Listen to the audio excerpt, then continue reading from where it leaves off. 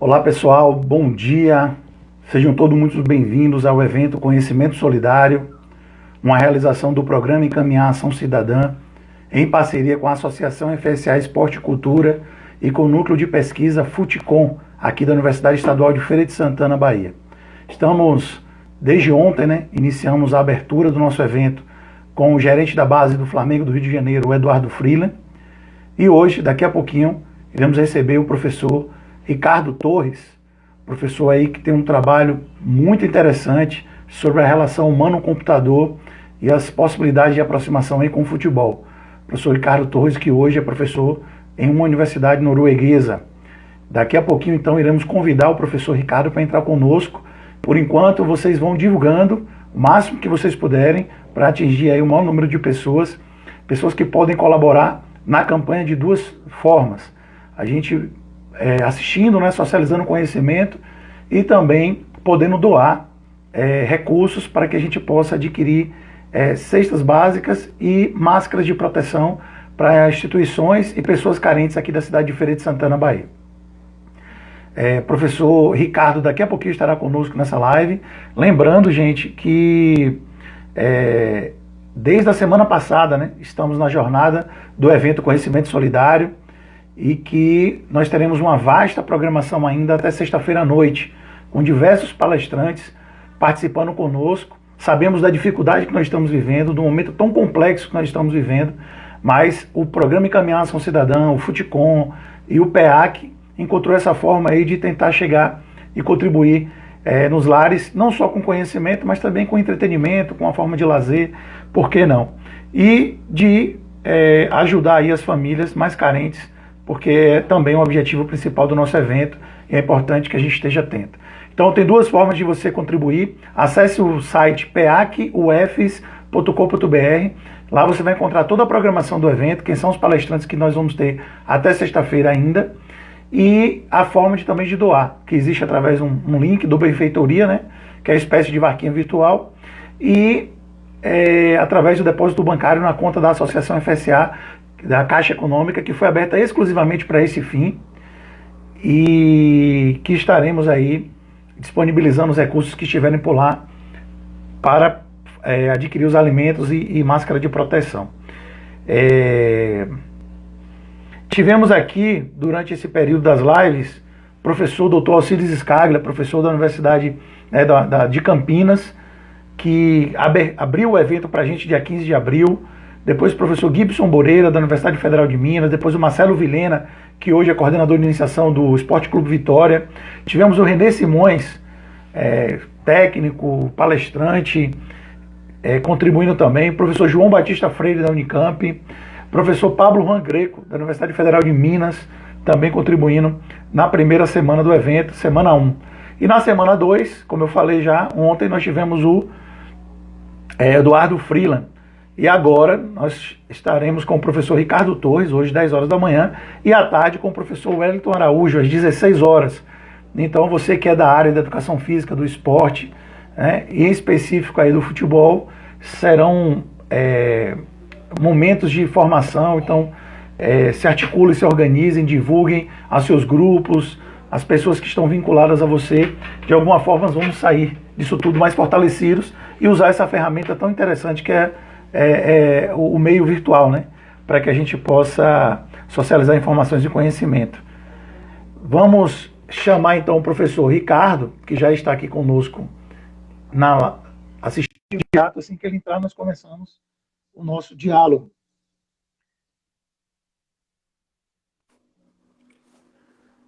Olá, professor Ricardo Torres, bom dia. Seja muito bem-vindo ao nosso evento Conhecimento Solidário. Estava aqui passando informações da programação da semana anterior. Ontem à noite começamos o evento com o professor Eduardo Freeland, gerente da base do Flamengo do Rio de Janeiro, falando um pouco sobre como é que o Flamengo tem lidado com essa situação atual, mas principalmente discutindo o processo de formação de crianças e jovens aí na divisão de base. E ele trouxe essa contribuição. Nosso evento, professor Ricardo, é uma organização do Programa Encaminhar Ação Cidadã, que é um programa de extensão da Universidade Estadual de Feira, que trata sobre conhecimentos na área, e a gente está utilizando esse meio virtual para manter ativo o programa de extensão, e também do Futicom, que é um grupo de pesquisa, no qual também eu faço parte da coordenação, e a gente está articulando essas temáticas com dois objetivos centrais. Um é a socialização do conhecimento, né, em tempos de isolamento social, uma ferramenta que a gente entende que é importante e pode contribuir para muita gente. E o segundo é arrecadar recursos para a distribuição de cestas básicas e de máscaras de proteção aqui na instituições e pessoas carentes aqui da cidade de Feira de Santana. Professor Ricardo, seja muito bem-vindo. Vamos testar áudio e vídeo através um pouco das suas saudações iniciais e daqui a pouco a gente entra na temática. Bem-vindo ao nosso evento, agradecemos muito, professor, a sua disponibilidade. Muito bom. Eu aproveito já essa fase inicial para agradecê-lo pela oportunidade. É sempre muito importante para nós da academia poder compartilhar um pouco do que a gente vem fazendo em relação ao progresso da ciência e a aplicação de algumas dessas nossas contribuições científicas no âmbito da formação, no âmbito da prevenção de acidentes, prevenção de contusões, no âmbito de entendimento da dinâmica de sistemas complexos, enfim, é o que a gente vem tentando contribuir. Eu tenho formação, Jaderson, na área de computação e depois do doutorado, depois que me tornei professor da Unicamp, tive o prazer de iniciar uma série de colaborações com professores e cientistas na área de ciência do esporte, e desde então a gente vem desenvolvendo algumas atividades voltadas para essa área, e eu vou contar algumas dessas histórias para vocês hoje aqui nessa live. Então eu agradeço pela oportunidade. Eu gostaria aqui já de antemão também deixar meus agradecimentos aos colaboradores, né? Muito dessas atividades com as quais estou envolvido contaram com o apoio forte de agências de fomento também, como FAPESP, CNPq, CAPES. Eu gostaria de registrar aqui agradecimento aos professores Sérgio Cunha, aos professores Cláudio Gobato, Fúvia Gobato, eles da Unicamp, professor Paulo Santiago da USP, professor Felipe Moura da Universidade Estadual de Londrina, colaboradores internacionais também, da Universidade de Groningen, na Holanda, da Universidade de Tsukuba, no Japão, todos eles envolvidos direto ou indiretamente em alguns dos assuntos que trataremos aqui nessa live. Show de bola, Ricardo. Não tenho dúvida nenhuma que vai ser maravilhoso aí ouvi-lo, né? Eu ouvi as experiências aí. E vamos então começar de imediato, né? Essa oportunidade que a gente está tendo de socialização de conhecimento dentro das suas experiências. Então, o professor Ricardo Torres, ele já se apresentou, né? Doutorado, né, em ciência da computação pela Unicamp, professor também na Unicamp, e atualmente professor da universidade, que ele vai falar aí, que não sou muito bem no inglês, da Noruega. E o professor vai contar um pouco dessa história, Ricardo, que tem uma trajetória aqui também, né, de passagens aqui na Bahia, na sua infância, juventude, e contar um pouquinho, Ricardo, quem é Ricardo Torres? Conta um pouquinho, assim, a gente sempre faz isso nas lives, para que as pessoas que estão aí nos ouvindo entendam um pouco de quem é Ricardo Torres, um pouco da sua trajetória, bate esse papo aí. Ricardo, gente, que é meu primo, tá bom? Nós trocamos muito passes na infância, muita coisa guardada no coração e na mente e que dá muita saudade. Ricardo, conta essas histórias aí pra gente e depois a gente entra no tema específico, que é a colaboração humano-computador para a geração de estratégias de futebol usando simulações multiagentes. Vamos lá, Ricardo, com você a bola. Toquei para você, fiz o passe. Tá, joia. Obrigado, Jaderson.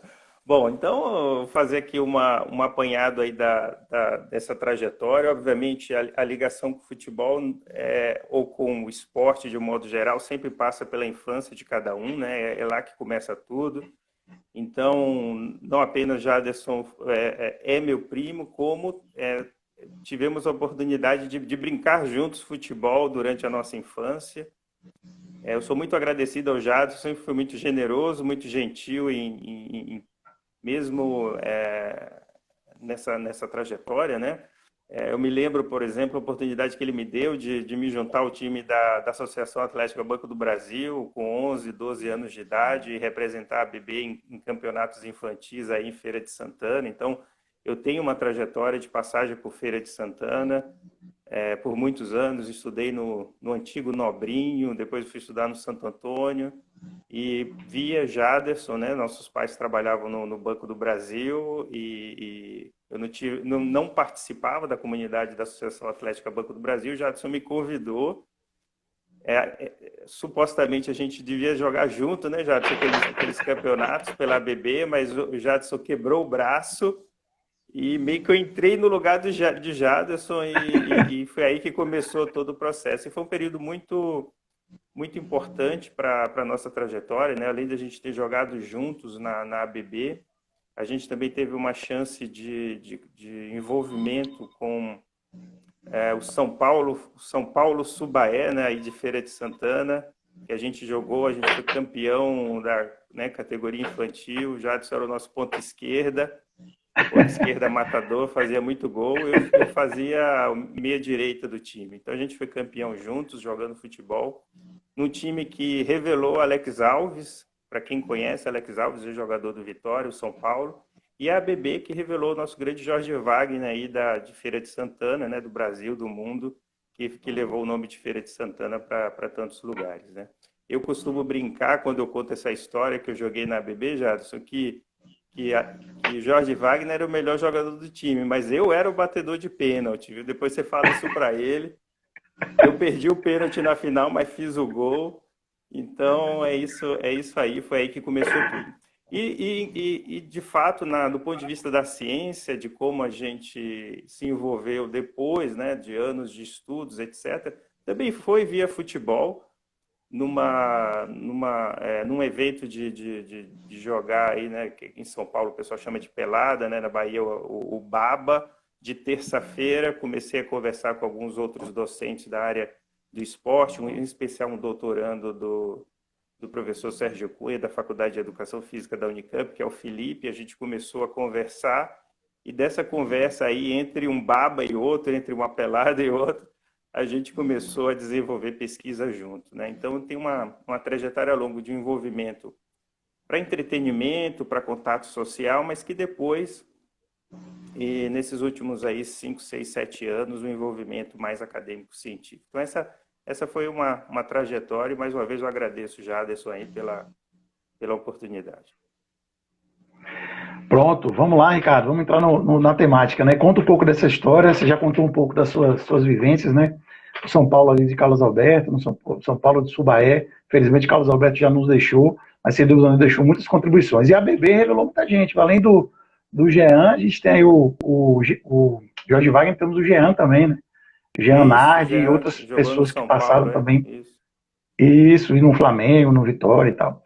Mas, enfim, a trajetória de Ricardo, ele deixa muito claro, né, como muitos dos professores que passaram por aqui, que veio da infância, do jogar, do brincar de futebol. Isso é muito legal. E agora Ricardo tem outra contribuição, né, para a área do futebol em outra frente, e é isso que ele vai trazer para a gente agora, contar um pouco dessa história, dessa pesquisa.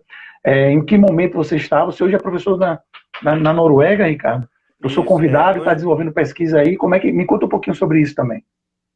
Bom, como eu falei, né, eu tenho doutorado da Unicamp, quer dizer, eu fiz graduação em Engenharia de Computação na Unicamp de 96 a 2000, aí eu entrei no doutorado, defendi o doutorado na área de bancos de dados e processamento de imagens em 2004, e me tornei professor da Unicamp em 2005. E atuei na Unicamp de 2005, ainda tenho muitos alunos na Unicamp, ainda oriento, de 2005 até julho do ano passado, 2019. No momento, estou afastado da Unicamp por 2 anos e assumi uma posição na NTNU, na Norwegian Science and Technology University, aqui na Noruega, em Ålesund, no campus de Ålesund, uma posição de professor na área de visão computacional. Bom, então essa foi mais ou menos a trajetória, digamos assim, acadêmica, né?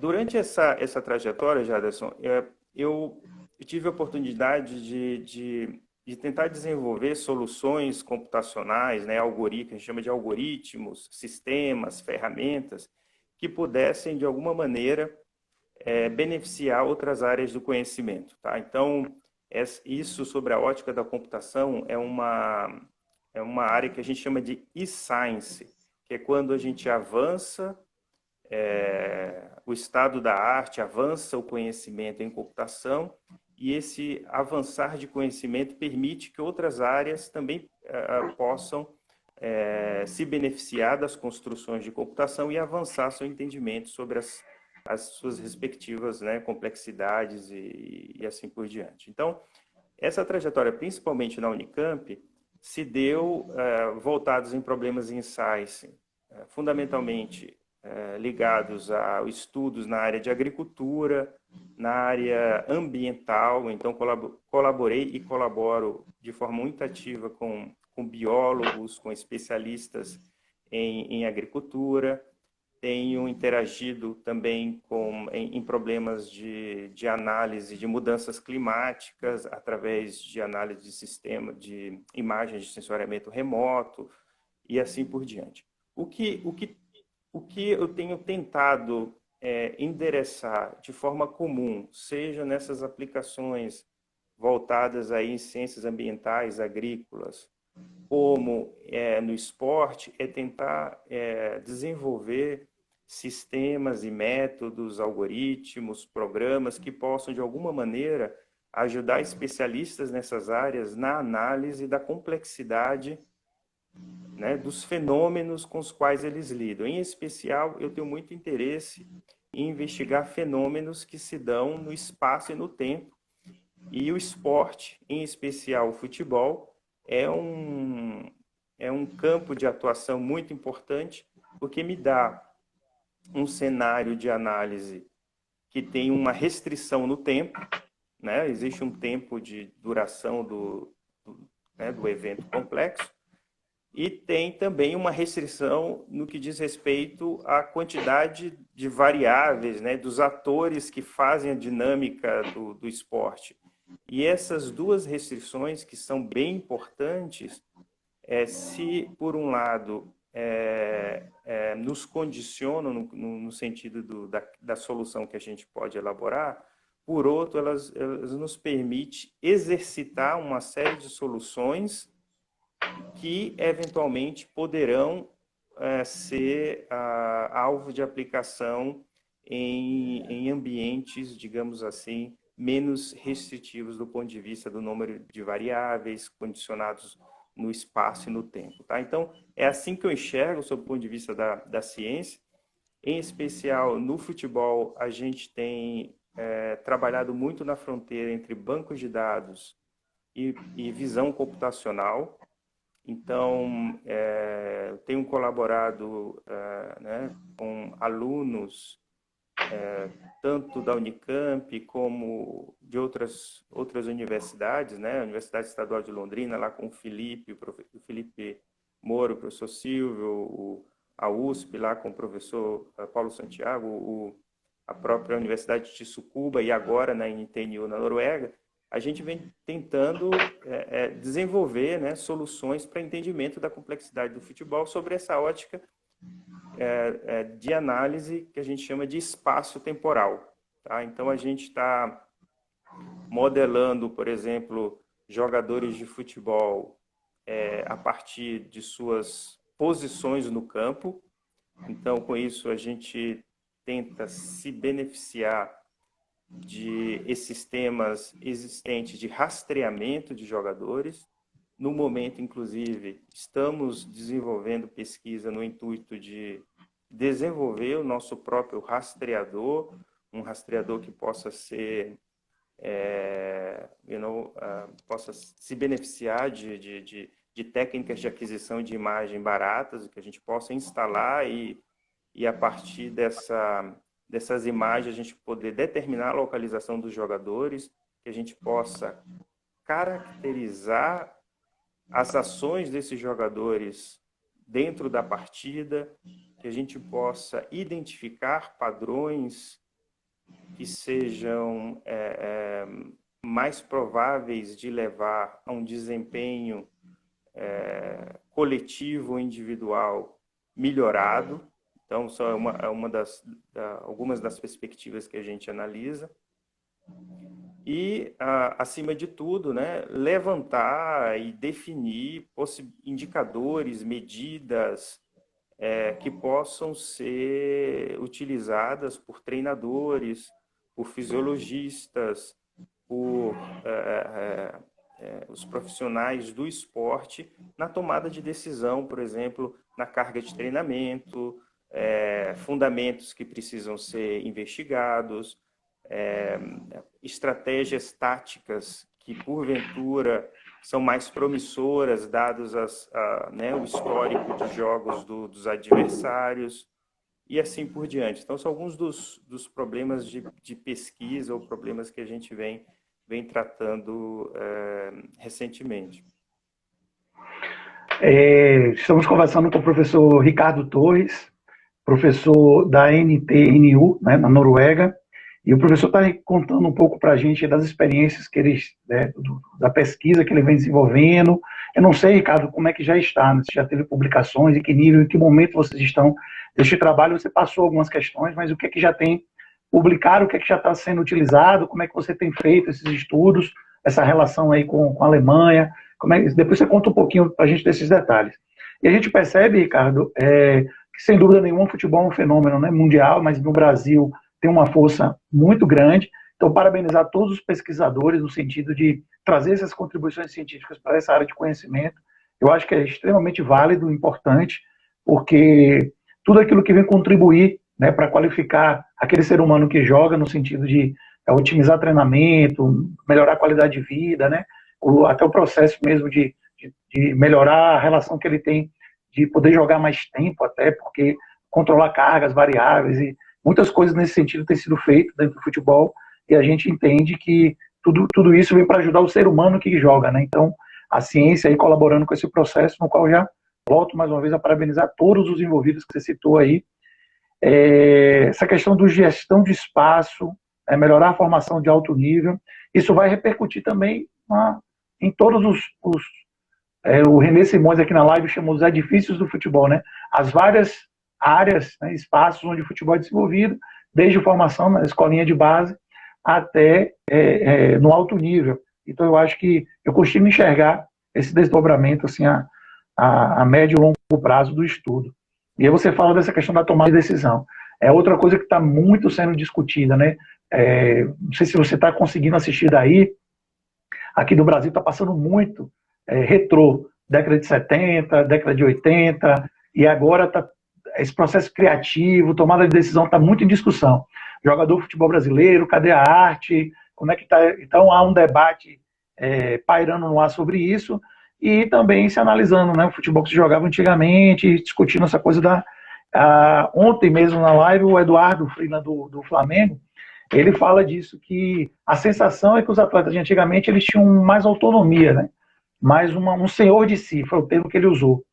É claro que a gente sabe que o tempo histórico é diferente, as influências são outras, o futebol mudou em vários sentidos, inclusive devido a processos científicos, né, de aprimoramento de várias coisas, de treinamento, de metodologia. Isso fez com que o futebol encurtasse os espaços, e estudar a tomada de decisão através do que está propondo é algo que, sem dúvida nenhuma, vai fortalecer, assim como outros estudos que tem na área. E aí a gente, não sei se a ciência nunca vai ter um consenso, né, ainda bem que não é assim, mas vai trazer outros olhares que possam contribuir com esse processo. Conta mais um pouco dessa história da pesquisa e como é que você está pensando, né? Você que foi atleta de futebol, e essa relação que você está trazendo agora da contribuição que esse estudo pode vir, né? Fala um pouco mais sobre a gente. Como é que você está no dia a dia? O pessoal está até perguntando aqui a questão da analista de desempenho. Eu não sei se você conhece essa função, né? Não é sua área específica a questão do futebol, mas eu imagino que você esteja estudando muito, se aproximando muito dessas linhas, até por causa dos professores que você citou, e da necessidade do estudo você conhecer um pouco mais. Fique à vontade, Ricardo, fala tu.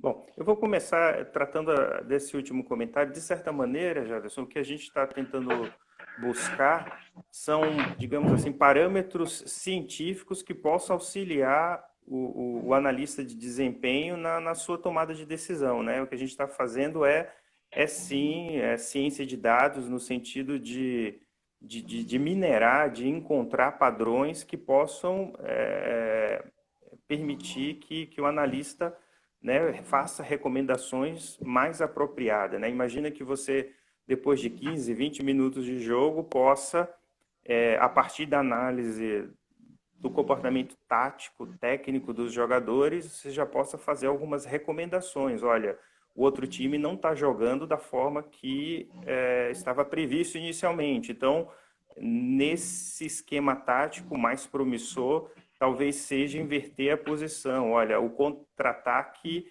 tem que ser puxado mais pela esquerda do que pela direita. Então, enfim, quer dizer, são algumas das possibilidades de ação concreta dos resultados que a gente vem trabalhando. Então, eu vou falar um pouquinho dessa perspectiva. Boa parte dessa colaboração, dessas atividades de pesquisa, vem sendo desenvolvidas no âmbito de um projeto temático financiado pela FAPESP. O título desse projeto é O Segredo de Jogar Futebol, Brasil versus Holanda. A ideia desse projeto vai, portanto, da identificação de indicadores, de medidas que possam ser utilizadas para fazer principalmente avaliação tática e de estratégia de jogo, de estilo de jogo, e que permita que comparemos os estilos de jogos, né, de jogos praticados no Brasil com jogos praticados na Holanda. Então, do ponto de vista do grupo holandês, há pesquisadores envolvidos na área de fisiologia e ciência do esporte, da Universidade de Groningen, cientistas da computação da Universidade de Leiden, e no Brasil, como mencionei anteriormente, uma equipe também que envolve fisiologistas, né? A equipe do professor Cláudio Gobato, Fúvia Gobato, da FCA, temos também a colaboração com a Federal de São Carlos, com Thomas Beltrame, Estadual de Londrina, com o professor Felipe, USP, professor Paulo, professor Sérgio Cunha, de onde esse projeto nasceu, digamos assim, na Universidade de Campinas. Então, a gente já vem trabalhando em alguns desses indicadores. Em especial, eu orientei uma aluna de doutorado, a Daniele, que investigou, por exemplo, uma modelagem do jogo de futebol como grafos que mudam com o tempo. Então, a gente faz uma modelagem matemática em que jogadores são vistos como nós de uma estrutura e as ligações entre estes nós, as ligações entre estes vértices, né, nesse modelo matemático, elas são definidas de acordo com as relações dos jogadores. Então, por exemplo, eu posso usar esse modelo matemático para investigar a estrutura de passes de uma equipe. Então, se jogadores com muita frequência dá um passe para outros jogadores específicos, e você consegue identificar isso a partir dessa modelagem matemática, para quem é do time que está tentando se defender daquela ação de ataque, você pode definir alguma estrutura de marcação mais eficiente para quebrar essa estrutura de passe que foi identificada como um padrão nesse modelo matemático. Ou ainda, numa outra configuração de análise, a gente estabelece que dois jogadores se conectam entre si se eles estão próximos. Então, a gente avalia com essa estratégia, por exemplo, o quão compacto estão os jogadores. A gente pode incluir algumas restrições, por exemplo, de que não há conexão caso aquele jogador esteja marcado. Isso nos permite avaliar, por exemplo, padrões bem-sucedidos de defesa, nos permite verificar quais são os jogadores que estão sob pressão. Então, a gente vem definindo, por exemplo, indicadores para avaliar o quão difícil é a tomada de decisão quando de um passe, tá certo? Numa outra linha de pesquisa, nós estamos investigando, por exemplo, a área de influência de um jogador. Então, considerando a velocidade, a aceleração do jogador, a localização da bola, como o espaço do campo é dominado pelo jogador, pelas equipes. E isso, obviamente, tem uma repercussão sobre, por exemplo, a disposição tática, tá? Outras pesquisas, a identificação automática de sistema de jogo, uma pesquisa que vem sendo desenvolvida no momento. Como eu falei anteriormente, a gente também busca, de alguma maneira, caracterizar os estilos. Então, existe uma pesquisa ativa no momento, definindo e caracterizando como se dá o drible e como podemos identificar automaticamente os eventos de drible, e de maneira que a gente possa também qualificar e caracterizar melhor as habilidades de cada jogador, tá? Essa é uma característica muito importante desse projeto, já que eu gostaria de deixar claro. Esse projeto não apenas é focado no futebol profissional, no futebol adulto, digamos assim, mas tem uma vertente também em colher esses indicadores em jogos envolvendo crianças e jovens em idade, né, caráter juvenil, infantil e assim por diante. Um professor que vem desenvolvendo uma pesquisa ativa com várias publicações na área, o professor, por exemplo, Paulo Santiago da USP, que colabora com a gente nessas análises, e a gente vai estabelecer essas comparações com o futebol holandês também em nível, tá, das divisões de base, das características de formação. A ideia é que esses parâmetros, essas medidas, possam ser utilizadas não apenas para caracterizar, digamos assim, a eficácia, a eficiência de estratégias de jogo, visando o aumento, como eu falei anteriormente, do desempenho coletivo e individual de atletas, mas também que possam, em algum momento, na trajetória de formação desses atletas, né, ajudar na identificação de talentos, de programas de treinamento que possam maximizar também esse aprimoramento das habilidades desses atletas também em tempo de formação. Esse é também um caminho de pesquisa muito importante. E não poderia também deixar de mencionar o nosso braço, né? Eu falei anteriormente na área de fisiologia. A gente gostaria muito de construir uma ponte entre esses indicadores que eu tenho chamado de técnicos e táticos com indicadores fisiológicos, né? Existe essa, digamos assim, senso comum sobre o cansaço dos atletas ao final do jogo, mas há poucos estudos na literatura sobre os indicadores fisiológicos e as relações desses indicadores fisiológicos com os indicadores táticos e técnicos, tá certo? Então, qual a porcentagem do número de passes errados de um determinado atleta, né, como essa porcentagem aumenta na medida que ele se cansa numa partida, tá? Ou como esse índice aumenta considerando a realização de jogos sucessivos, domingo, quarta, e assim por diante.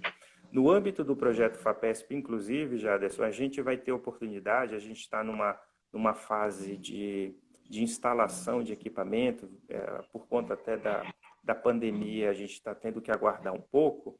A gente já tem um entendimento muito avançado, na verdade, uma colaboração, um acordo já estabelecido, né, entre a Unicamp e o São Paulo Futebol Clube, de modo que a gente possa instalar um sistema de rastreamento no Morumbi e a gente possa, portanto, obter dados, né, de localização dos atletas ao longo do tempo em partidas profissionais, de forma que a gente possa encontrar esses melhores indicadores e reportar, né, de forma adequada para a seção de análise de dados do próprio São Paulo e assim por diante, criando e aumentando a competência acerca desse tema, já, digamos assim, no futebol de alto nível que se pratica no Brasil. Então, a gente também tem essa intenção de não apenas trabalhar do ponto de vista científico, teórico, mas também abraçar, eventualmente, o uso de algumas das nossas técnicas desenvolvidas no dia a dia de um clube de futebol. Esse é um caminho que nos interessa, né, como grupo, como área de atuação também no médio e longo prazo. Estamos falando aí com o professor Ricardo Torres, falando um pouco sobre a questão, né, da pesquisa, do desenvolvimento das ações nos grupos, né, o grupo que ele faz parte, que é a colaboração humano-computador para a geração de estratégias de futebol usando simulações multiagentes. Quando a gente vai ouvindo, Ricardo, a pesquisa e o desdobramento dela também, o caminhar, a gente percebe aí uma contribuição muito interessante para o futebol. Existe aí diversos espaços, né, buscando o mais alto nível de excelência, de contribuição nesse sentido. Eu não tenho dúvida que essa pesquisa realmente ela já vem contribuindo, né, sem dúvida nenhuma, já vem contribuindo de alguma maneira. Há uma discussão muito forte no futebol da perspectiva sistêmica, né, não sei se você já deve ter ouvido falar desse termo, tem muito a ver que é um termo muito próximo com a área de educação. Na verdade, o futebol ele tem se aproximado muito do entendimento da formação do ser humano como um ser mais complexo. E as diversas questões que você traz, do ponto de vista técnico, tático, do ponto de vista físico, são elementos, e muitos professores que estão trabalhando a nível de coordenação nos clubes de base, por exemplo, têm falado muito sobre a questão dos procedimentos, da conduta, desse jogador que chega para o clube. Ontem, de novo, eu vou trazer uma informação que foi recente, o Eduardo Friga do Flamengo estava falando que 80% em média, 80% dos atletas que chegam na base do Flamengo vêm de escolas públicas ou de situações mais vulneráveis, né? E aí a gente percebe o futebol, ele cientificamente, principalmente aqui no Brasil, a gente buscando qualificá-lo, né, cada vez mais em suas várias frentes, os parâmetros de treino de organização da parte da fisiologia, a parte tática, a parte técnica, buscando a excelência, e alguns profissionais reclamando da capacidade de compreensão e entendimento dos jovens. E um problema sério que vem da repercussão das escolas públicas, né? Às vezes de baixa qualidade, na verdade, um ensino por vários fatores, que aí não cabe aqui agora, talvez a gente debater com profundidade isso, porque não é o objetivo central desse ponto, da temática da gente, mas talvez a gente tenha sérias dificuldades dentro dessas questões que o futebol, que o mundo todo está produzindo, né? São várias lives que estão acontecendo, as pessoas estão socializando seus conhecimentos, suas pesquisas, e a gente está percebendo que tem muita coisa boa para ser aplicada, mas a gente precisa também caminhar, né, com ações eficazes de dar um suporte do ponto de vista da formação do ser humano também na outra frente, né? Que é óbvio que a pesquisa ela não vai atingir isso, mas só para comentar que a gente precisa estar atento, né?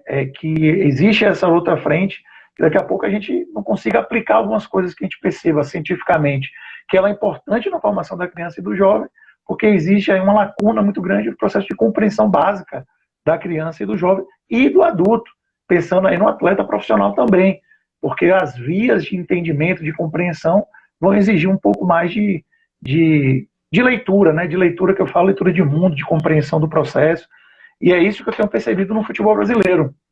Eu tenho percebido que muitas pessoas estão resistentes aos processos científicos e preso àquilo que a ciência traz de contribuição, muitas vezes porque quer manter uma visão, uma compreensão de entendimento de 20, 30, 40 anos atrás, que era um tipo, um formato de processo social e esportivo, e a ciência ela evoluiu muito para dar algumas dicas e orientações.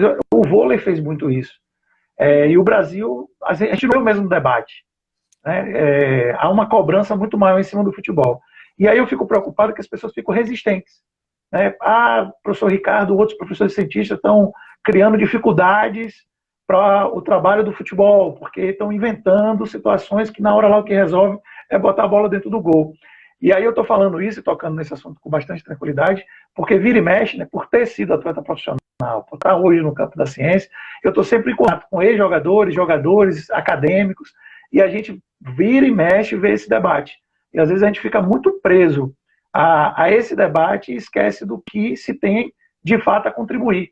Né? O que é que tem sido produzido, que a gente tem que submeter sempre à crítica, isso é um processo que deve ser feito sempre, mas que a gente pode transformar isso para melhorar, você deixa isso muito claro nos seus comentários aí, para melhorar o processo de formação. Né? E essa questão aí as pessoas colocaram aqui na live, né, de, por exemplo, é, associar o desempenho técnico a marcadores fisiológicos de fadiga deve ser um desafio, né, que você está trazendo como algo que precisa de mais se debruçar um pouco mais sobre isso. E é o que eu ia comentar. O atleta, criança, jovem ou adulto, quando ele não tem,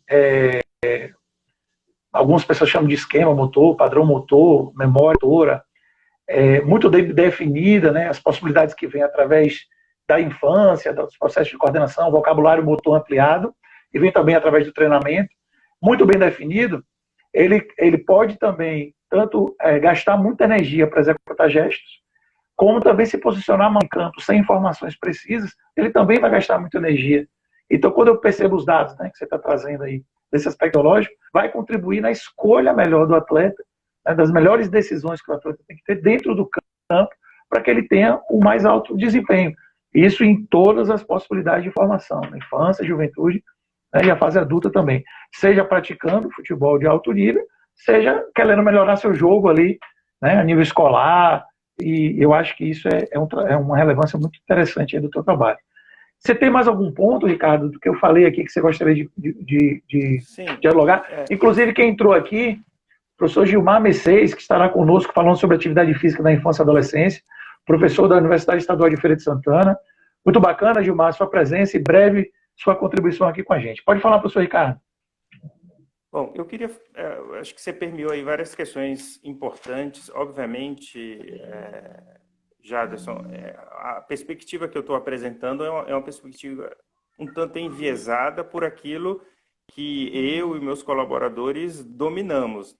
Mas, ao mesmo tempo, eu compartilho contigo, quer dizer, eu tenho uma visão parecida com a tua no sentido de uma visão interdisciplinar de que não apenas computação, ciência do esporte, medidas, análise fria dos números, talvez não, certamente não seja suficiente, e outras áreas de conhecimento precisam se juntar a nós nessa construção de um entendimento mais amplo que leve em conta né, aspectos cognitivos, características do ambiente familiar, pressões sociais, enfim, questões que impactam consideravelmente, obviamente, o desempenho, tá? Existe um componente aí nessa linha que ainda precisa, digamos assim, no meu ponto de vista, ser, na medida do possível, também incorporada ao nosso grupo de pesquisa, tá bom?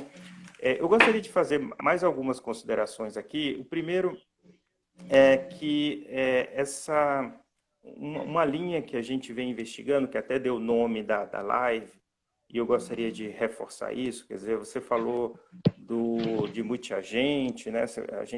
Essa linha do aprendizado de máquina é uma linha importantíssima, tá? Eu tenho um aluno que hoje visita um grupo de pesquisa na Alemanha, que vem desenvolvendo estimadores para posição. A gente está tentando prever onde o jogador vai estar no campo, né? Uma pesquisa que está alinhada também com ciência de dados, né? O pesquisador Alan Pinto, né? O nosso pós-doc no projeto, vem trabalhando fortemente na linha de estimação de pose. Então, essa questão postural que você mencionou, a gente tem que usar a visão computacional para codificar de forma apropriada indicadores biomecânicos do movimento a fim de encontrar problemas ou possibilidades de melhora de desempenho do desempenho biomecânico, né, do atleta. Então, essa é uma questão que também nos interessa. E, por fim, eu queria fazer também um gancho que a gente não pode perder também como uma fonte importante possível de financiamento nessa fronteira computação, ciência de esporte, que é essa linha do multiagentes. Essa é uma colaboração que a gente iniciou recentemente com a Universidade de Tsukuba, no Japão, o professor Klaus Aranha e o doutorando Yuri de lá, que são brasileiros, mas que atuam na Universidade de Tsukuba, no Japão. A gente vem trabalhando na fronteira, Jadson, de investigar agora, né, os boleiros gostam muito em concentração de brincar com esses jogos eletrônicos de futebol, né? E a gente vem se perguntando o quão realistas são esses jogos, tá? Então, essa é uma contribuição que a gente quer dar, saindo da ciência do esporte e indo para a área, né, de ciência da computação barra jogos digitais, de tentar aplicar esses mesmos indicadores, tentando avaliar, num primeiro momento, o quão distante esses simuladores eletrônicos funcionam em relação ao jogo real. E, no segundo momento, por que não aprimorar esses simuladores? A ideia é que, no médio e longo prazo, alguns desses simuladores possam também ser utilizados como ferramentas para orientação técnica, orientação tática de jovens, de atletas, em pré-leções e coisas do gênero, tá? Então, a ideia de investigar multiagentes, aprendizado de máquina nessa frente de pesquisa, uma colaboração com a Universidade de Tsukuba, também tem essa intenção. E um outro grupo que a gente colabora, muito importante, uma colaboração também que vem aí do professor Paulo Santiago, da Universidade de São Paulo, é com o professor Daniel Memertz, da Universidade de Colônia, na Alemanha. O professor Daniel Memertz é um dos grandes especialistas de Data Science da Alemanha. Ele, inclusive, faz o Data Science da seleção alemã de futebol e que vai estar desenvolvendo pesquisa em colaboração com o nosso grupo nos próximos anos. A gente já tem um projeto aprovado, a gente vai iniciar essa colaboração aí que vai ser capitaneada pelo professor Paulo. Então, algumas das frentes, algumas outras perspectivas que eu gostaria de compartilhar contigo. Obviamente, a gente está numa fase cheio de ideias, muitos alunos envolvidos nessas frentes de pesquisa. A nossa produção científica inclui artigos publicados na área de computação, artigos publicados em revistas de ciência do esporte, revistas na área de fisiologia, né, com os nossos colaboradores que atuam nessas áreas. E o meu papel, o que eu tenho tentado contribuir, é mais do ponto de vista metodológico, do ponto de vista dessas ferramentas, né, de ferramentas computacionais que possam fazer com que vocês, grandes especialistas aí possam se beneficiar e usar essas ferramentas aí na tomada de decisão, tá?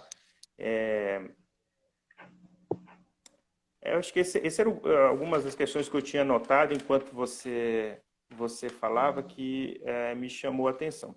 E, obviamente, e essa é outra característica importante, talvez essa live, até por conta da tua área de atuação, ela esteja sendo acompanhada mais por interessados no futebol, mas você pode imaginar, já isso aqui, uma série de parâmetros ou técnicas. Então, o rastreador que a gente está desenvolvendo, o estimador de pose que a gente vai testar no âmbito do futebol, ele também vai ser testado no handball. Ele também, esses indicadores que a gente testa no futebol de campo, eles também vêm sendo desenvolvidos lá pelo professor Felipe, na Universidade Estadual de Londrina, na área do futsal, tá certo? A gente também tem feito estudos biomecânicos voltados a problemas associados à caminhada, à corrida.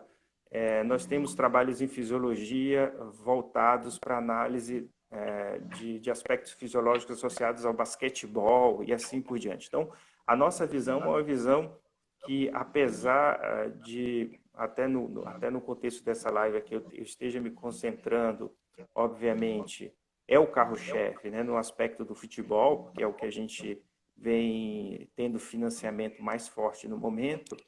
Nós também temos conseguido produzir alguns trabalhos científicos que tocam outras modalidades e que também abrem a perspectiva de atuação do cientista de esporte, do cientista de dados no futuro próximo. Então, eu gostaria de também aproveitar, né, essa oportunidade de apresentar, né, essas áreas de atuação dos nossos trabalhos e resultados de pesquisa. Excelente, Ricardo. Assim, eu fico muito feliz assim poder ter tido essa ideia e poder estar aqui contigo, você compartilhando aí essas produções, né? Feito por uma rede de colaboradores, eu acho que muita gente boa envolvida.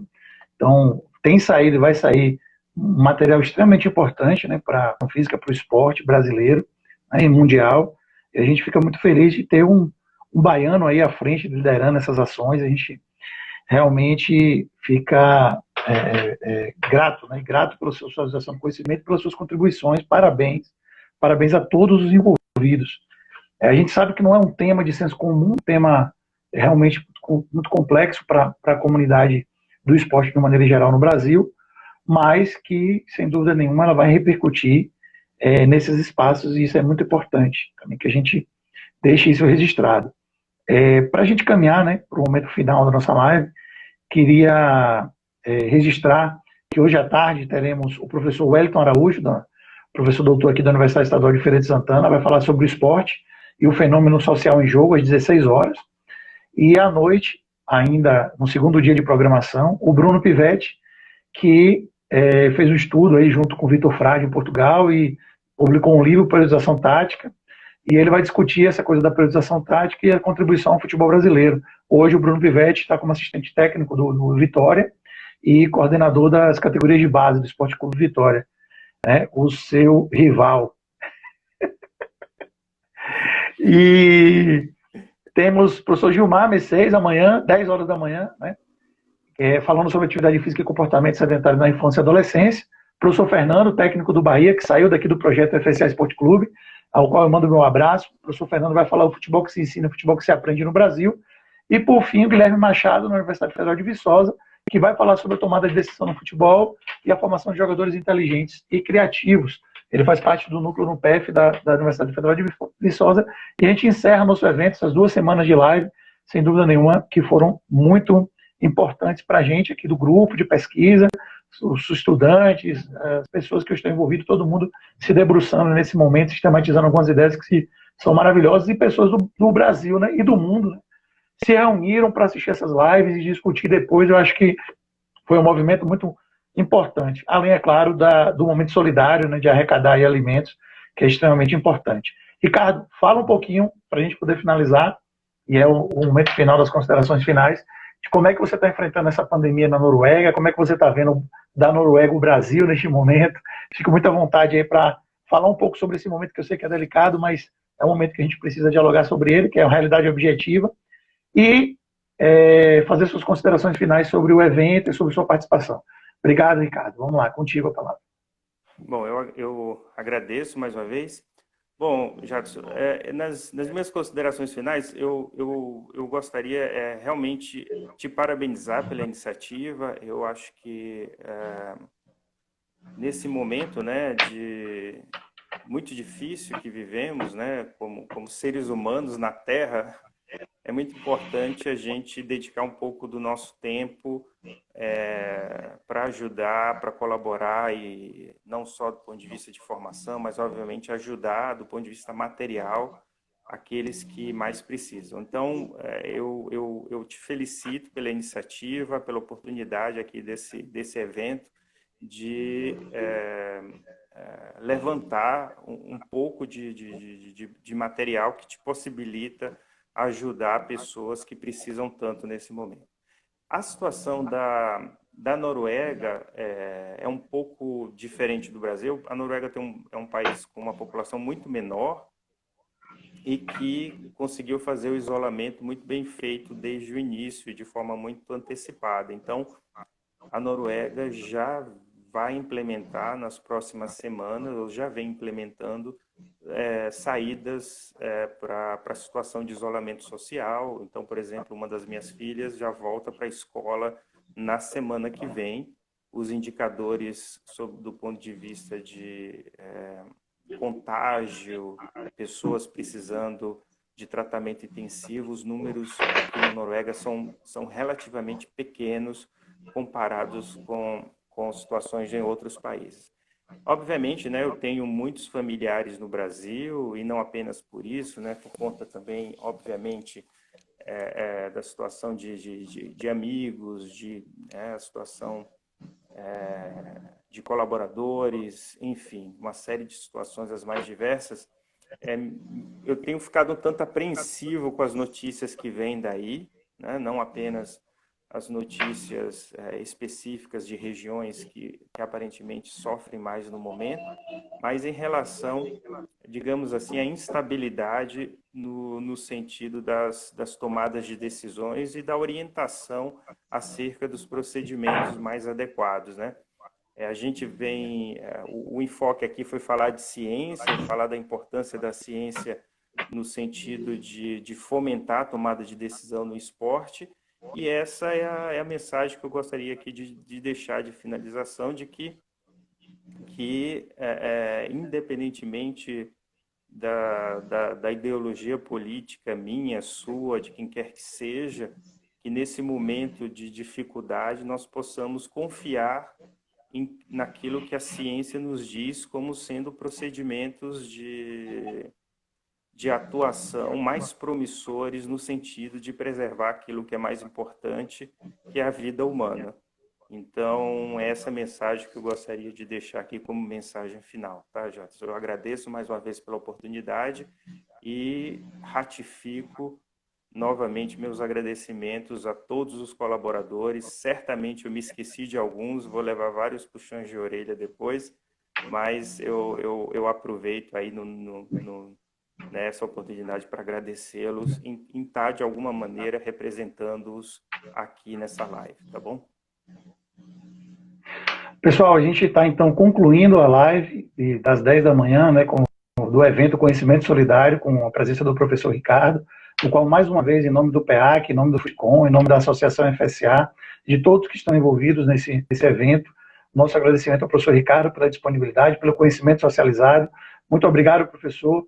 Deus abençoe a nossa jornada, que a gente possa sair desse momento tão difícil mais fortalecido, né, e que possamos realmente retornar às nossas rotinas, é o que a gente mais espera, e talvez, né, e torcendo para que uma humanidade melhor. A gente precisa de um mundo melhor para viver, e essa experiência espero que seja enriquecedora nesse sentido também.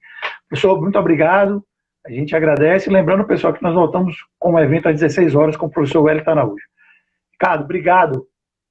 E lembrando, né, vai estar no canal do YouTube do FUTCOM, a gente vai botar lá todas as lives, já estão lá as lives da semana passada e as lives dessa semana também. Você que não segue ainda o Instagram do FUTCOM, pode seguir, e também o canal do YouTube, curte lá, compartilha, porque é coisa boa e vale a pena a gente divulgar. Ricardo, é isso bom aí. dia, obrigado. Hashtag BBMP, hein? Aí você agora fechou com chave de ouro. Um abraço. Tchau, tchau.